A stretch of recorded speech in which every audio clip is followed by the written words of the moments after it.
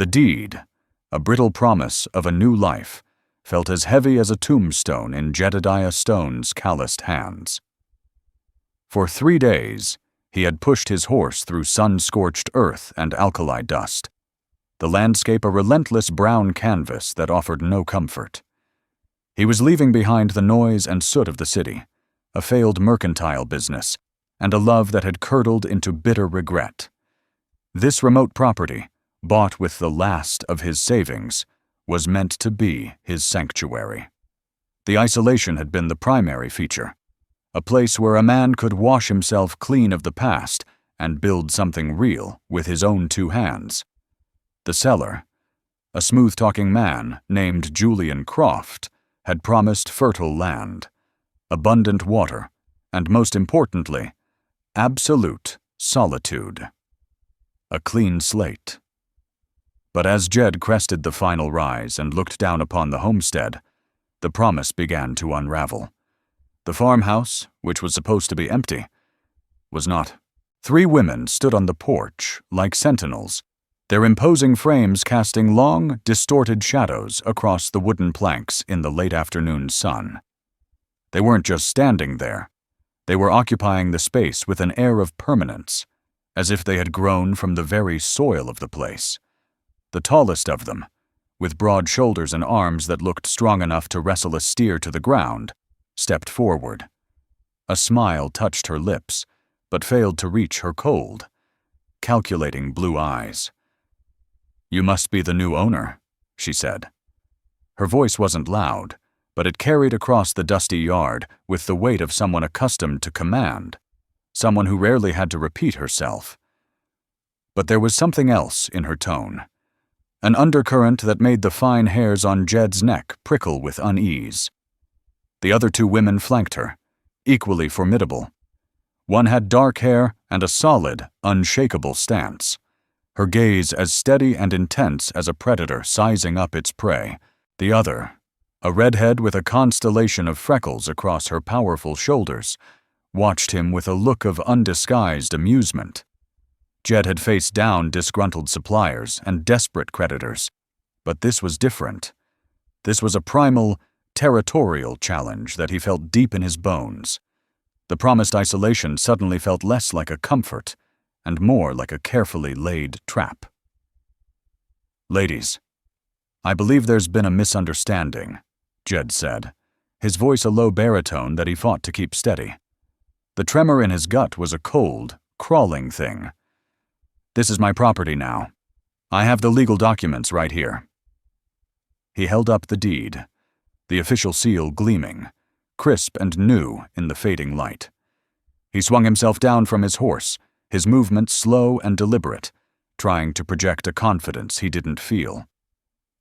The tall woman's smile widened, revealing teeth that seemed a little too white, a little too sharp. "Oh, we know exactly who you are. Jedediah Stone. We've been expecting you." The way she said his full name sent a genuine chill down his spine. How could she possibly know who he was? Julian Croft had sworn the transaction was private, that no one in the territory knew the property had even been for sale. "We've been living here for a good while," the dark-haired woman spoke up, her voice deeper, resonating from her chest. "Taking care of the land, keeping it warm." She emphasized that last word with a strange intensity, and Jed's stomach tightened with a nameless dread. The red-headed woman let out a low, throaty chuckle that seemed to vibrate in the dry air. "The previous owner made certain arrangements with us before he left," she said, her green eyes flashing. "Arrangements that don't just vanish because of a piece of paper." Jed felt the weight of their combined stares like a physical pressure. These were no ordinary squatters. They weren't lost or confused. Their presence was deliberate, calculated, and it made him question every part of his purchase. He remembered Croft's eagerness to close the deal, the way he'd brushed off Jed's questions about the property's history. Had he walked into a setup? Was this part of the deal he hadn't been told about? "What kind of arrangements?" Jed asked, though a part of him screamed not to know the answer.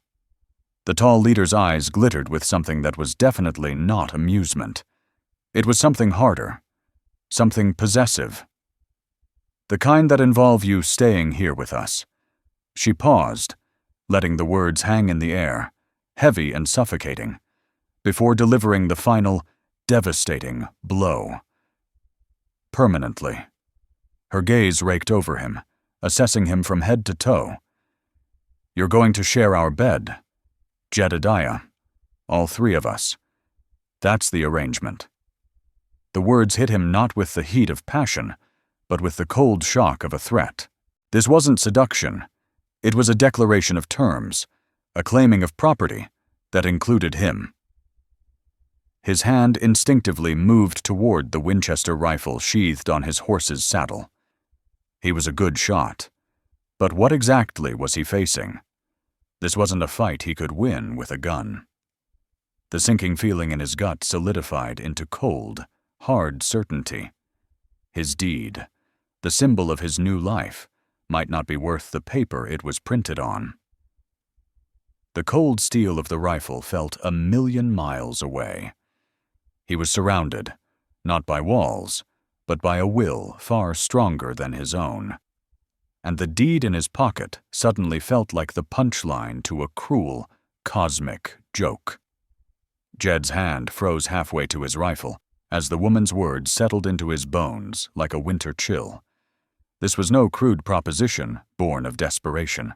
The way they stood, a united front of unyielding confidence, the casual mention of arrangements with the previous owner, the unnerving certainty in their eyes, it all pointed to something far more intricate and dangerous than simple intimidation.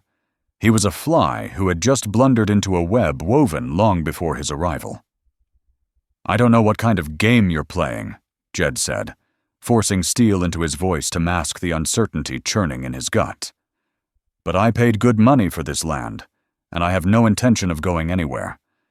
The tall woman, the leader, let out a low chuckle, a sound utterly devoid of warmth. "Game? Oh, Jedediah, this is no game. This is business." She gestured toward the farmhouse with a sweep of her muscular arm. "You see, the man who sold you this property, Julian Croft, owed us something, a debt that doesn't simply vanish because he ran off with your money." The redhead, whose fiery hair seemed to match the spirit within, stepped forward, her boots thudding heavily on the porch steps. "Julian Croft made promises he couldn't keep," she spat, the name like poison on her tongue. "Said he'd work the land with us, be our partner, in more ways than one. When his ambition soured, he promised us the next owner would honor his commitments." Her green eyes, sharp as shattered glass, fixed on Jed with an unsettling intensity. "That would be you." Jed felt the first real stab of panic. Julian Croft.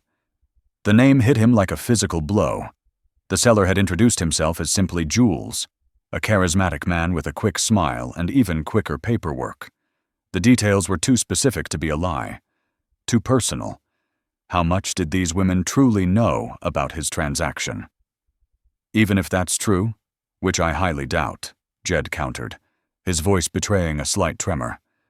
"No man can make promises on behalf of another, especially not those kinds of promises." Or the second woman, the dark-haired one who had remained silent until now, finally laughed. It was a deep, resonant sound, but held no joy.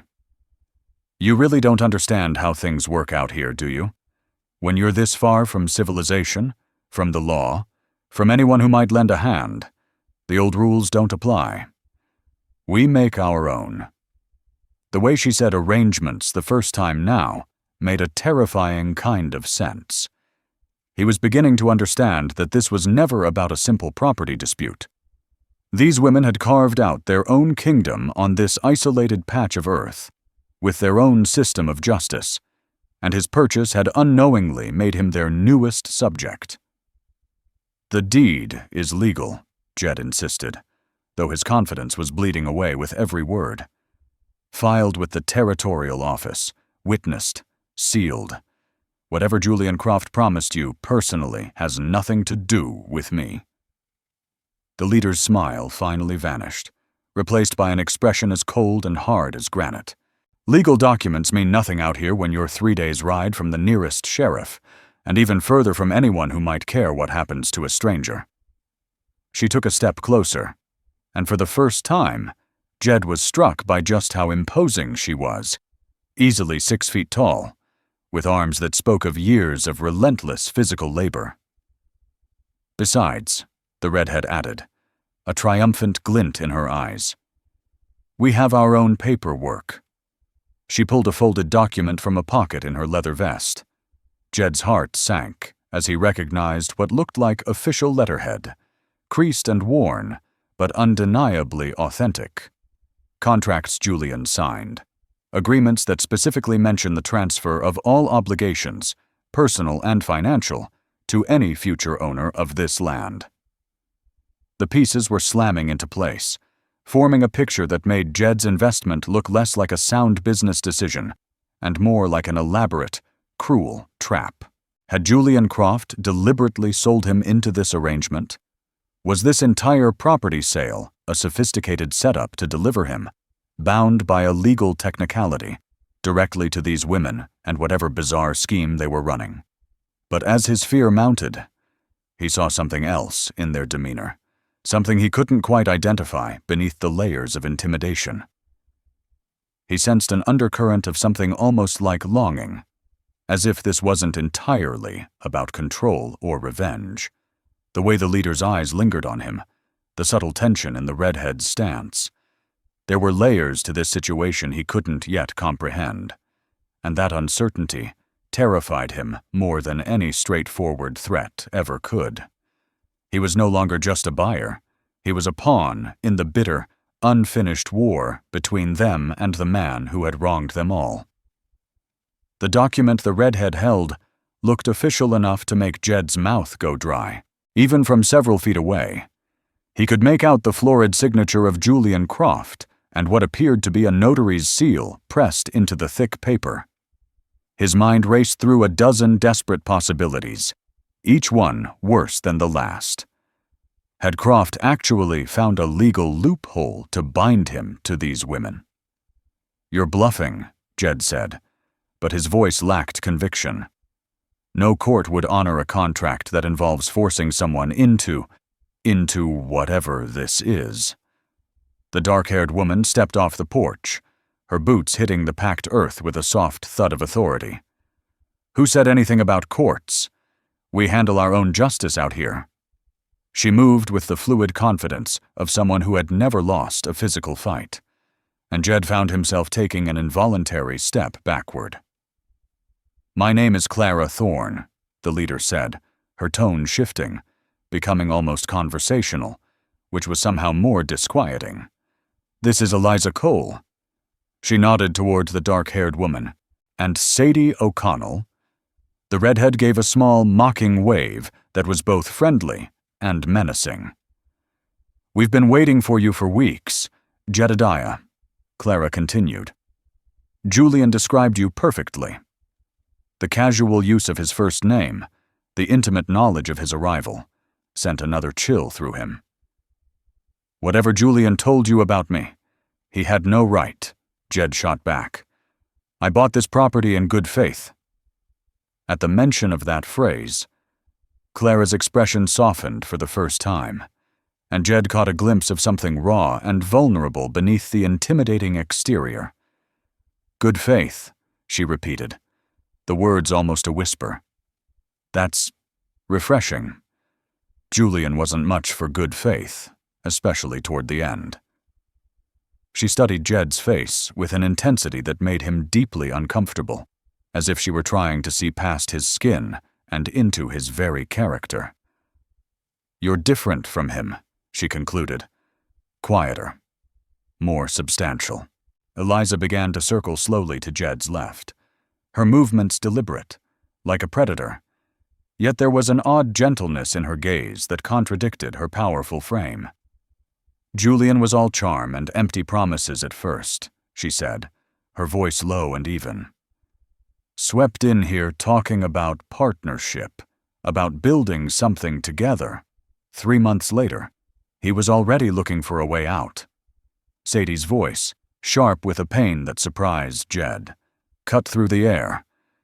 He used us, took advantage of our hospitality, our labor, our... She hesitated, searching for the right word. Affections. Then he decided it was all too much trouble and ran off with the money from selling the land we improved.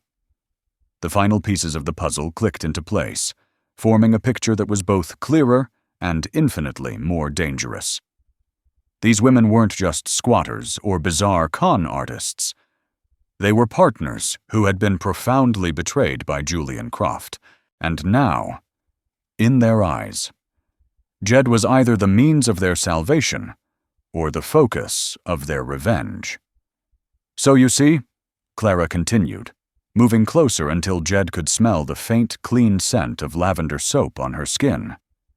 We have a legitimate claim here, not just to the land, but to what we were promised, what Julian committed to, and then abandoned.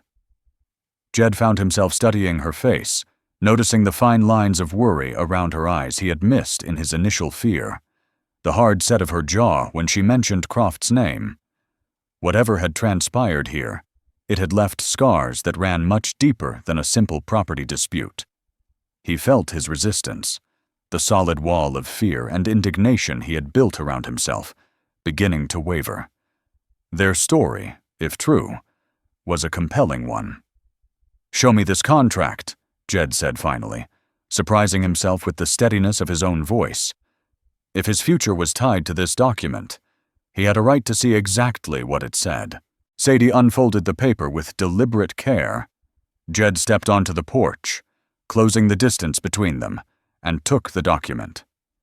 The paper was thick and expensive. Julian Croft's signature was unmistakable, as was the official notary seal. But as Jed read the carefully penned terms, his confusion deepened. "This is a partnership agreement," he said, looking up at Clara, "for farming operations, profit sharing, and..." He paused, his finger landing on a particularly unusual clause. "Mutual support and companionship for all parties involved." The language was artfully vague, legally binding, yet open to a dozen different interpretations. Julian was clever with words, Eliza said, her proximity a silent, potent distraction. He felt the warmth radiating from her, smelled the earthy scent of soil and rain. He made promises that sounded romantic but were business arrangements, and business arrangements that sounded like promises. Clara watched his face intently. "The land has prospered under our management. We built irrigation systems, improved the soil, established trade with settlements 2 days' ride from here. Julian profited from our work for months before deciding he wanted an easier life." Jed set the contract down on the porch railing. He was a practical man, a businessman, and as much as the personal clauses unnerved him, the business side of his brain was captivated. These women were not just survivors, they were builders, visionaries. "Even if this is legitimate," Jed said slowly, thinking aloud, "I didn't sign it. I can't be held responsible for an agreement made by someone else." Clara's expression shifted again, the intimidating facade falling away to reveal something raw and honest. "You're right," she said quietly. "Legally, a judge might side with you, but we've invested everything we have into this land, our sweat, our money, our future. We have nowhere else to go." The admission hung in the air, changing the entire dynamic of the confrontation. They weren't predators trying to trap him. They were desperate women, clinging to the only home they had, using the only weapons at their disposal. Eliza stepped closer, her voice gentle but firm. "We're not asking you to be Julian. We're asking you to consider that we might be able to build something better together than any of us could alone." Jed looked at each of them in turn, Clara's strength masking a deep weariness, Eliza's quiet confidence unable to hide the hope in her eyes, Sadie's fierce independence built on a foundation of hurt. What had started as a terrifying threat was slowly, impossibly, beginning to sound like an offer. "What exactly?" Jed asked, his voice rough. "Are you proposing?" Helena stepped forward, her imposing frame seeming less of a threat now that Jed understood the pain behind her strength.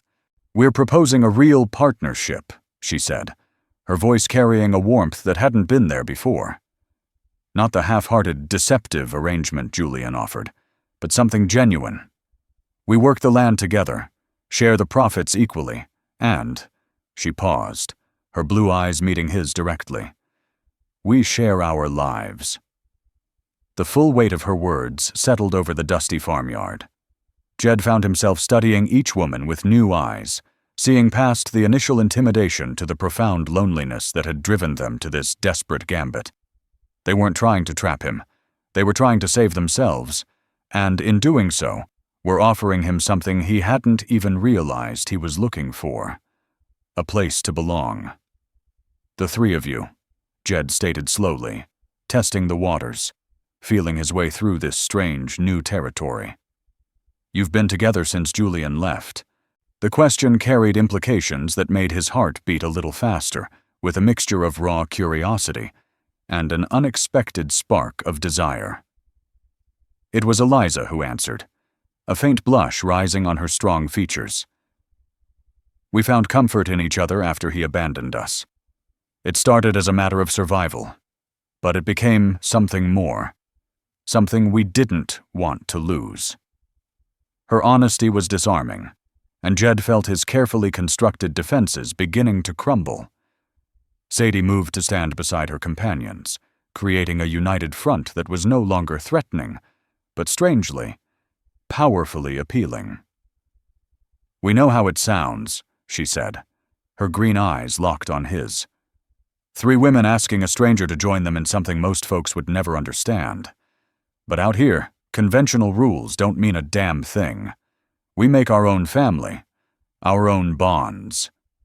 Jed's mind raced, weighing the monumental risks against an unknown but compelling reward. He had come to this place seeking solitude, a quiet life to mend his broken spirit. But what they were offering was the very opposite: connection, partnership, and an intimacy that went far beyond anything he had ever dared to imagine. The rational part of his mind, the part that had run a business and dealt in hard numbers, screamed warnings of disaster. But another part, a deeper, long-suppressed part of his soul, whispered that this might be exactly what he needed. "The physical aspect," Jed said, his voice rougher than he intended. "What would that mean, exactly?" The question hung in the air between them, charged with unspoken possibility. Clara's smile returned, but this time it was genuine, reaching her eyes for the first time since his arrival. "It would mean whatever feels natural to all of us," she said simply. "No pressure, no demands, just the freedom to explore what develops between us as we build a life together." The sincerity in her response astonished him. This wasn't about coercion or fulfilling some twisted obligation left by Julian.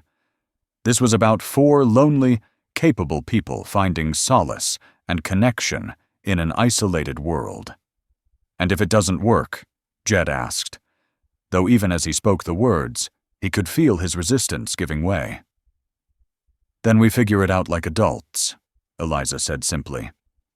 "But Jedediah, we've been watching you since you arrived. The way you handle yourself, the respect you showed even when you were frightened. We think it could work. We hope it will." The revelation that they had been evaluating him, just as much as he had been evaluating them, shifted the balance of power. This felt less like a trap, and more like a mutual opportunity. But was he brave enough to take it? As he stood there, weighing the most important decision of his life, his practical nature reasserted itself. "I need to see what you've built here," Jed said, his voice firm. "If we're talking about a partnership, I need to understand what I'm partnering with. Clara's relief was a visible thing, a slight softening of her entire posture.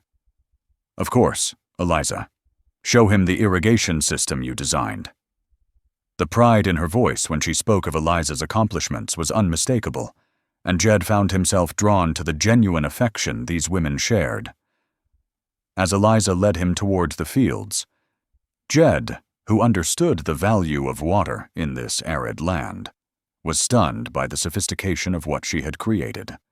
Channels, carved with mathematical precision, directed water from a natural spring to meticulously planned plots of grains and vegetables that showed signs of impressive yields. This represents months of work, Eliza explained, her hands gesturing gracefully. Julian took the credit when traders came by, but every inch was planned and dug by us. Sadie joined them as they toured the livestock pens, where healthy-looking cattle grazed in well-maintained pastures. We've established trade relationships with 3 different settlements, she explained, her sharp business acumen evident as she discussed profit margins and supply logistics. The operation isn't just sustainable, it's thriving. Jed was genuinely impressed. This wasn't just a farm, it was a well-oiled machine, an enterprise with the potential to support all of them comfortably. As they returned to the farmhouse, Jed was struck by its warmth and comfort. Everything was well crafted and cared for. This wasn't just a structure, it was a home. We're not asking for an answer today, Eliza said gently as they settled in the sitting area. But even as she spoke, Jed realized his decision was already forming. The pull he felt wasn't just physical. It was a pull toward belonging. These women had created something remarkable, and they were offering him a chance to be part of it. The risks were enormous, but so was the potential reward. What happens next? Boone asked, and all 3 women smiled, understanding that his question was really an answer. The future was a vast, unwritten territory, but for the first time in years, Jed felt truly, thrillingly alive. That evening, as they shared a meal prepared together in the spacious kitchen, the atmosphere had transformed. The sharp edges of confrontation had softened into a cautious but genuine optimism. Jed found himself relaxing in ways he hadn't expected, drawn into easy conversation about crop rotation, trade routes, and the constant challenges of frontier life. The 3 women moved around each other with a practiced, seamless grace, their partnership evident in every shared glance and completed task. It was as they were clearing the dishes that Clara's expression grew serious. "There's something else you should know," she said, her tone carrying a weight that made everyone pause. "Julian left us with more than just broken promises. There are debts he incurred in our name." The admission hit Jed like a bucket of ice water. "What kind of debts?" he asked, setting down the plate he had been drying. Sadie pulled a thick ledger from a kitchen drawer, her face grim. "Supplies he ordered but never paid for, equipment he bought on credit. He used our reputation with the local traders to secure goods, then vanished before the bills came due." She opened the book, revealing columns of damning numbers that made Jed's heart sink. "How much?" he asked, already dreading the answer. "Enough to ruin us if we can't pay," Eliza said quietly. "The traders have been patient because they know our work is good, but that patience has limits. If we can't settle these accounts within the month, we'll lose everything." Jed studied the ledger, his business sense taking over. The debts were significant, but not insurmountable, especially given the farm's productivity. More importantly, their honesty impressed him. They could have hidden this, but they were laying all their cards on the table. Before Jed could formulate a plan, the sound of approaching horses shattered the evening calm. A group of 4 riders appeared, silhouetted against the dusk. The man in the lead was broad and imposing, with a hard face and eyes that missed nothing. "That's him," Sadie whispered, her body tensing. Silas Kane. He's the one Julian owes the most. Kane dismounted, his spurs jingling with menace, and strode toward the porch, his men fanning out behind him. Thorne, he grunted, ignoring Jed completely. Time's up. I'm here for my stock and the grain mill, as per our agreement. Your agreement was with Julian Croft, Clara countered, stepping in front of the others, her posture unyielding. He's gone. Kane let out a humorless laugh. Don't matter to me. The debt stays with the property. Now, who's this? He said, finally turning his cold gaze on Jed. The new fool Croft roped in? Before anyone else could speak, Jed stepped forward, positioning himself beside Clara. My name is Jedediah Stone, he said, his voice calm and even. I'm the new partner here. He saw a flicker of surprise in Kane's eyes. This was the test, the first real challenge to their nascent alliance. We're aware of the debts, Jed continued. And we have a proposal for you, Kane scoffed. I'm not interested in proposals. I'm interested in payment. This was the moment their fragile coalition would either shatter or forge itself into something stronger.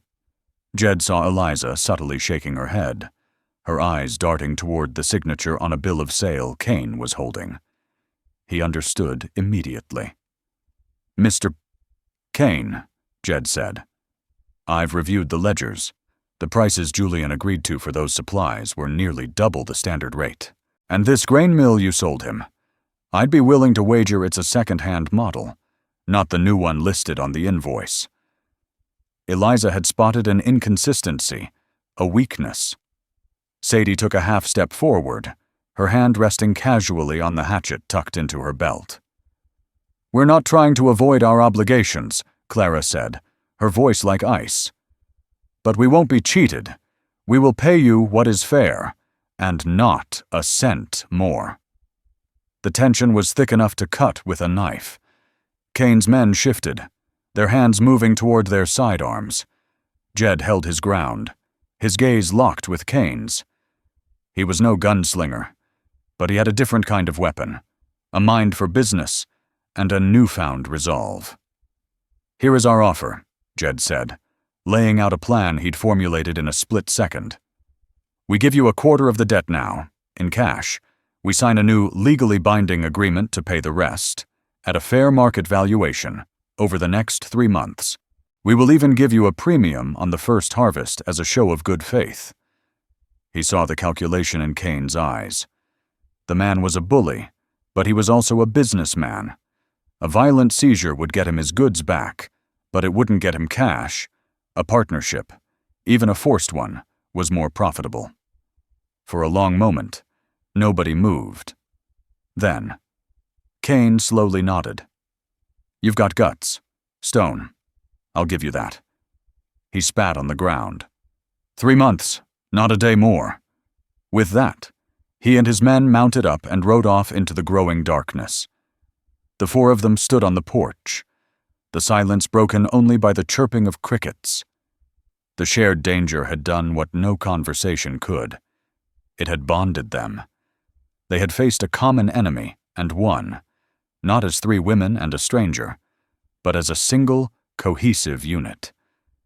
Jed looked at Clara, at Eliza, at Sadie, and saw not just partners, but allies. He had invested his money in the land, but in that moment, he realized he had just invested his life in them, and it was the best deal he had ever made. 3 months later, Jed stood in the same farmyard where he had first faced the 3 women who had turned his life upside down. The dust had been replaced by thriving green shoots, and the air of confrontation had given way to the comfortable hum of a prosperous homestead. The operation had expanded beyond their wildest dreams. With Jed's capital and business acumen combined with their expertise, they had settled all of Julian's debts, acquired new livestock, and signed lucrative trade agreements that stretched across 3 territories. More importantly, the 4 of them had found a rhythm, a delicate and powerful dance that worked both in the fields and in the quiet hours after the sun went down. Their unconventional arrangement, which had once seemed so fraught with peril, had evolved into something beautiful and functional. They had created their own definition of family, their own rules for love and partnership, forged in shared labor and mutual respect. Clara had become his closest confidant, his partner in strategy. Their late-night conversations over the ledgers often bled into softer discussions about their pasts and futures, a slow-burning affection that had blossomed into a deep, passionate connection built on a foundation of intellectual equality. With Eliza, he found a different kind of intimacy.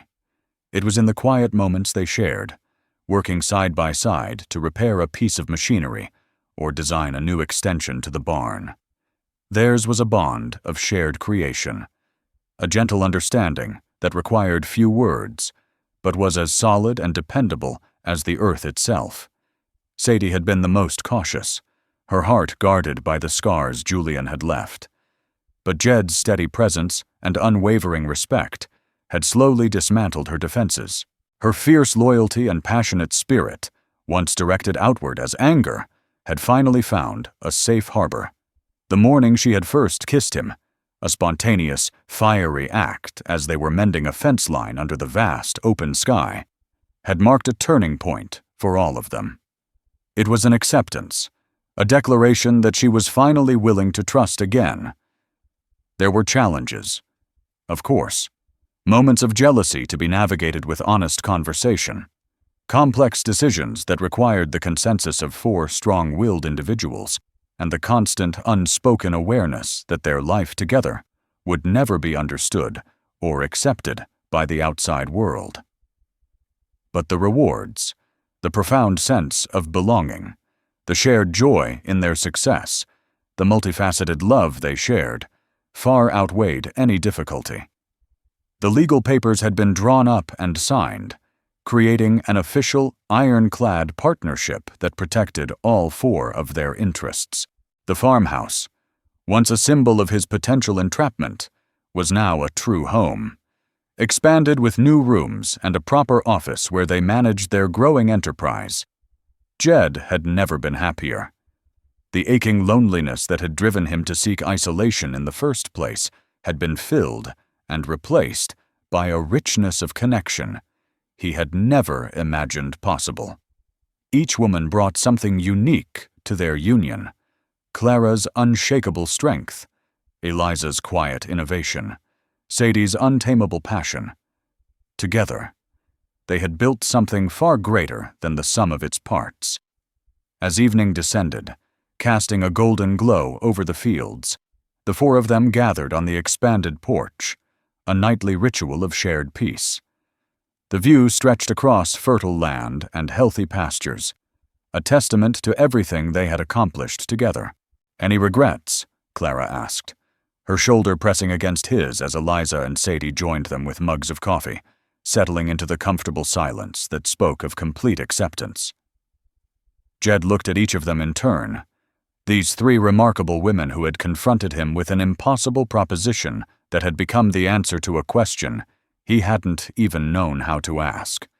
The conventional life he had once planned seemed like a pale, empty photograph compared to the vivid, dynamic reality they had created. "Only one," he said, drawing surprised looks from all 3. "I regret that it took a scoundrel like Julian Croft to bring us all together. Think of the time we wasted." Their shared laughter rolled across the evening air, warm and genuine. It was the sound of people who had fought for their place in the world, and won. In a land that demanded conformity, they had chosen connection, and in that choice, they had found something rare and enduring, a love as vast and wild as the frontier itself.